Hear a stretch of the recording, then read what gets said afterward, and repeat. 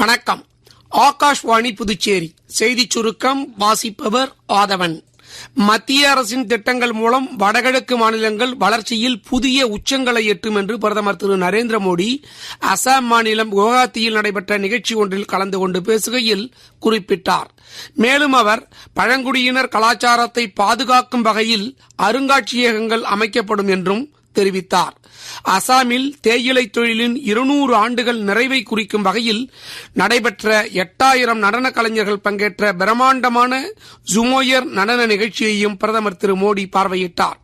பிரதமர் திரு நரேந்திர மோடியின் தலைமையிலான மத்திய அரசின் நடவடிக்கைகளால் கடந்த 10 ஆண்டுகளில் ஜம்மு காஷ்மீர் மாற்றங்களை எதிர்கொண்டு வருவதாக மத்திய உள்துறை அமைச்சர் திரு அமித்ஷா தெரிவித்துள்ளார். புதுடெல்லியில் ஜம்மு காஷ்மீரைச் சேர்ந்த குழந்தைகள் மற்றும் இளையோர் அரங்கேற்ற நிகழ்ச்சியில் இவ்வாறு அவர் உரையாற்றினார்.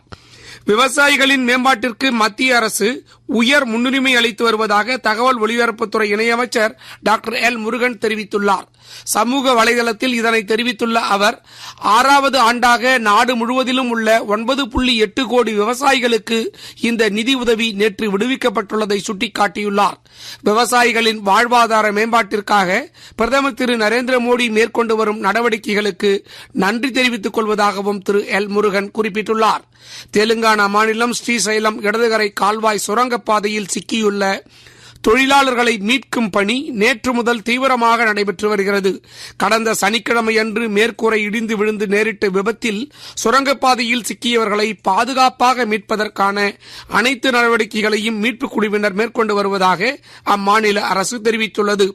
உலகக்கோப்பை ஷாட்கன் துப்பாக்கிச் சுடும் போட்டியில் பங்கேற்கும் 12 பேர் கொண்ட இந்திய அணி அறிவிக்கப்பட்டுள்ளது. சைப்ரஸில் உள்ள நிக்கோசியாவில் இப்போட்டி வரும் மே மாதம் 3ஆம் தேதி தொடங்கி 12ஆம் தேதி வரை நடைபெறுகிறது.